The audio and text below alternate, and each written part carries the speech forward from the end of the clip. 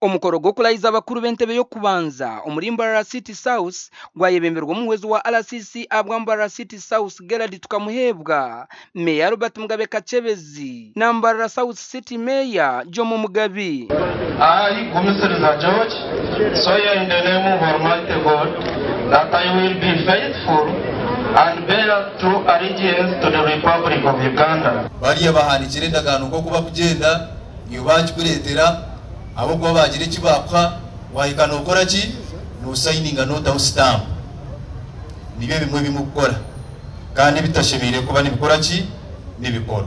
Abarahira bashabwo kwera bebembeza abandi okurwanisa ebihagaro ebiri kuba mu byanga byabo. Among the things we are supposed to do is to monitor government projects, ensure ngo myanya yanyu security eri jemunonga.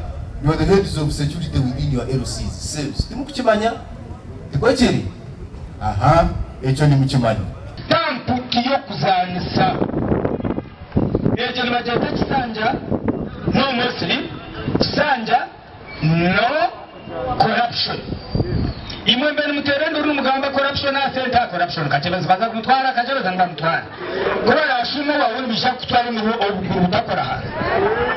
Hona aba bashomesebwa kubine kutambuza emirimo yabo nk'abakuru b'entebe y'okubanza butaba burambura kufumbira mu je bakora no kunyigiriza abambanyigiriza abantu niye bobera transparent band no bakolera byebagala no tabajjako nnyo sente no manya nti kino kya sente kino tiketaga sente kutambula n'embeera eriwo bino ebibaddeyo nsobezi badoze tudde kutukola sobola okudda eri omulango wa gavumenti oba omulango wa President Museveni okubeera nga tulwanyisa enguzi.